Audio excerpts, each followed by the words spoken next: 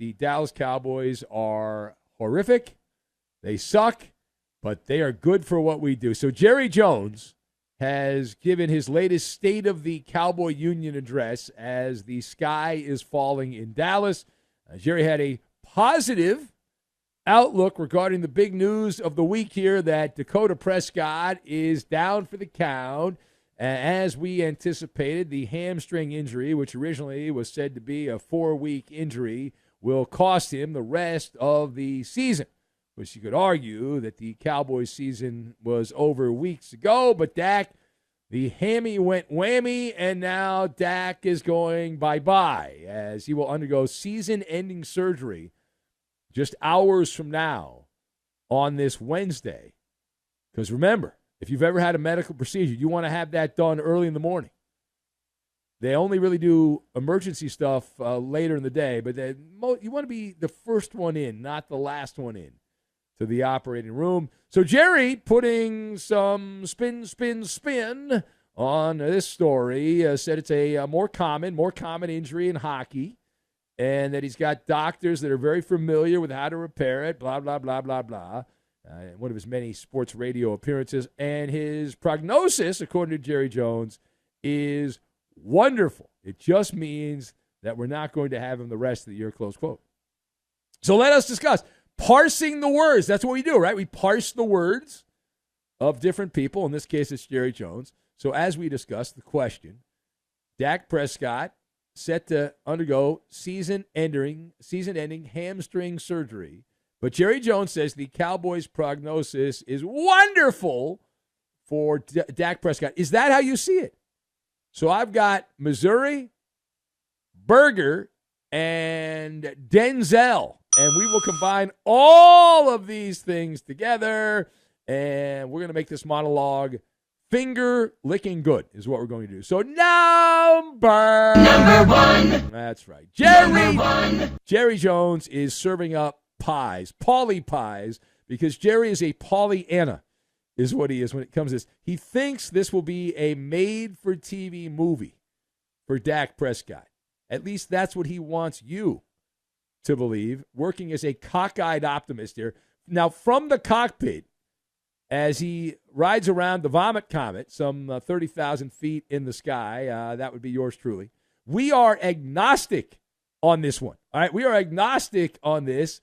The Skeptics Club of America, if you will. Now, I just had a great weekend in Kansas City. People were so nice and right there on the Missouri-Kansas border. But my favorite state motto is the one from Missouri, and that applies to Dak Prescott, meaning that it is a show-me state of mind, right? I'm in a show-me state of mind. You got to show me. Like, even if Dak comes back and plays well in the regular season, even if that were to happen, you would still say, okay, fine, he's going to play well in the regular season, but you don't trust him in big games. And you look at the comps. Dak's going to be 32 next summer, which, again, is not old in the real world, but in the sports world, you're at the very end of your athletic prime, according to the way the body deteriorates athletically. You mix in the fact that he has been bruised and battered, Dak Prescott, and I'm not exaggerating. This is not a low-mileage automobile. Dakota has been kicked, kneed, elbowed, and poked in the eyes many, many times, and also the old foot to the nuts. Since COVID, I'm not even going before that, but since COVID, Dak has missed a significant amount of time with a fractured ankle. Remember that? That was the crack part. A mangled shoulder. That was the snap part. And had the leg calf strain, the fractured thumb, and now the hammy went whammy coming off the bone. Like, you know that really well-cooked chicken where the chicken just falls off the bone?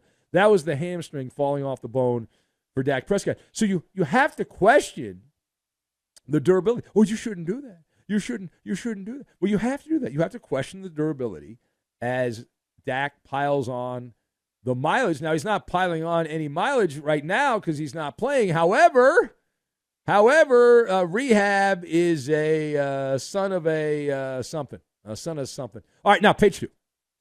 To the Twin Cities we go, where Minnesota defensive coordinator Brian Flores said in a recent podcast interview that he would love, absolutely love, to be an NFL head coach again. He said, look, there's only 32 of these jobs, so I would certainly want to be a head coach in this league again. I think, this is a quote from Brian Flores, I think a lot of people view the Miami experience as if I see it all negative. I really don't. He said, now, again, the key part of that, Viking defensive coordinator Brian Flores would love to be an NFL head coach again. Is this possible or impossible? So you're asking me today, we do the show today, and I give my opinion today, and based on the information I have today at this moment, this is a burger. It is not a nothing burger. It is an impossible burger is what it is, right? It's just a plant-based meat that kind of tastes and cooks like real ground beef, but it's not real. It's not the real thing. If you look at this, Brian Flores is suing the NFL, and every single owner, they're all getting sued.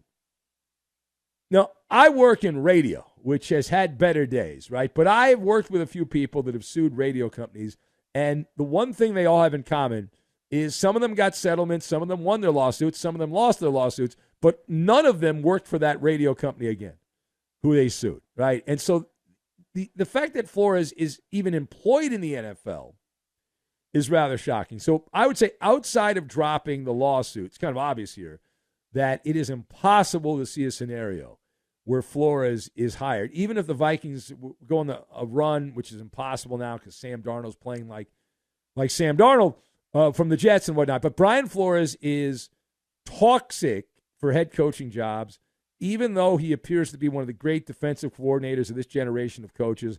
And he gave a great quote about attack is the best way to defend and all that, which is not too shabby. The Vikings have gone from lightweights or middleweights defensively, and they're playing like heavyweights.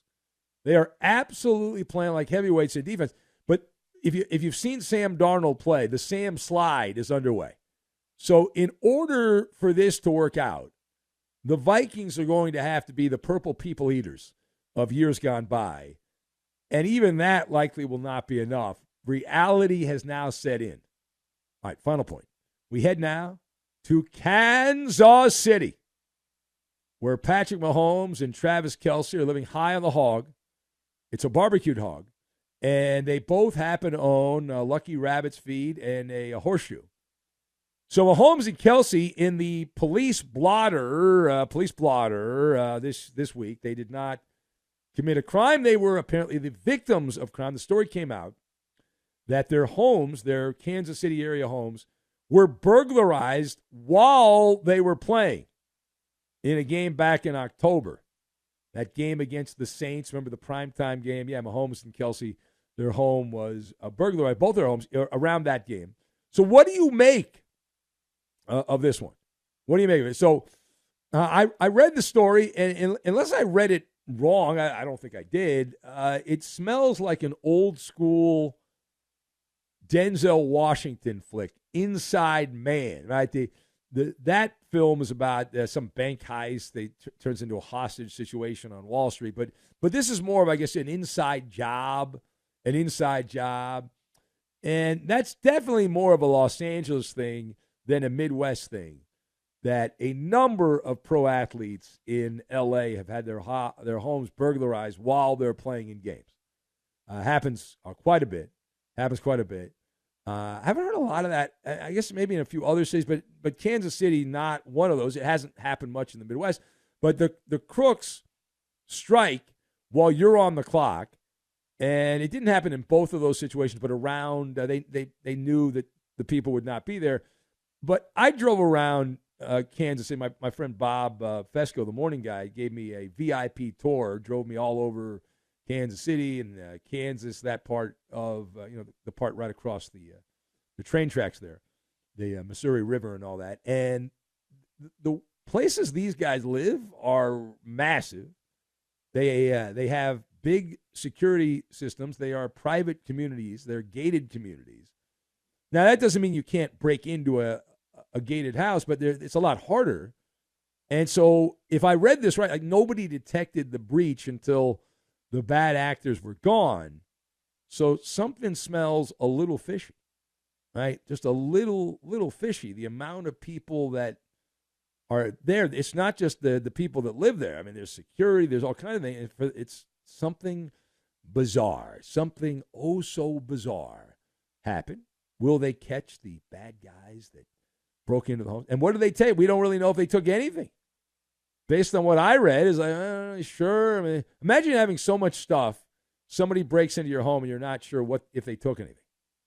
You're not exactly sure because you have so much stuff. You're like, I don't know. I mean, maybe they did, but I'm not sure. I mean, it's possible they did, but I have a lot of stuff and I have no idea.